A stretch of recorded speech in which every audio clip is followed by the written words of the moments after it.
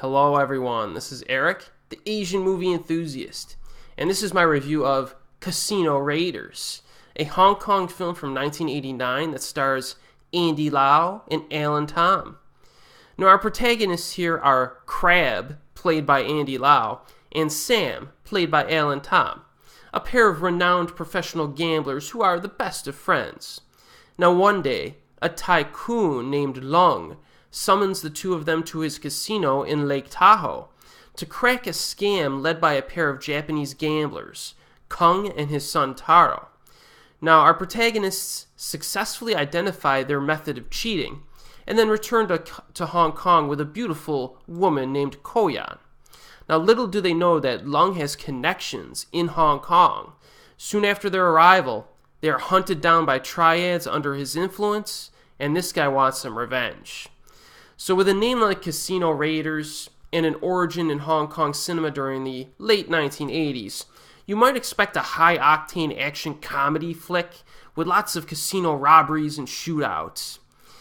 That's not the case with this one. It's actually a drama, first and foremost, and I think that benefits because the main characters are properly developed.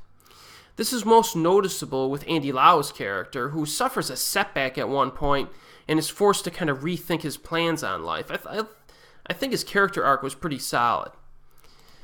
The tone in this movie starts off as a light drama with a little bit of comedy sprinkled in. The humor is actually quite charming, I thought, with a few laugh-out-loud moments to enjoy. It's not the kind of wacky shenanigans that many Hong Kong films like to toss in. It's more of the low-key variety of comedy, which was the right choice, I think, given the overall feel of the film. This kind of allows Casino Raiders to smoothly transition to like a more serious, intense drama as it moves along without feeling awkward. Now, performances by everyone are pretty solid, actually. Even in the late 1980s, Andy Lau already had things down pat. He's very impressive in this. I'm unfamiliar with Alan Tom, but I feel like watching more of his stuff after seeing him here. I thought he was quite good as well. Now, in terms of action, there are a few short sequences that are portrayed in a fairly scrappy, moderately violent fashion. There's nothing here that's going to be like on your best action scenes of all time list, but in general it works. And it doesn't get graphically violent, but it has some impactful moments to it. Now, there are a few things that I thought could have been improved upon with Casino Raiders. There's an interesting scene near the beginning that shows how someone can cheat at playing cards, but the film never really goes into that level of detail again regarding the card games. Even the big finale, which is basically a high-stakes card game, seemed to be based more on luck rather than some kind of trick or strategy. That was probably the most disappointing aspect of the film to me. Also, pacing is a little bit on the slow side, but if you go in with that expectation, shouldn't be much of a problem.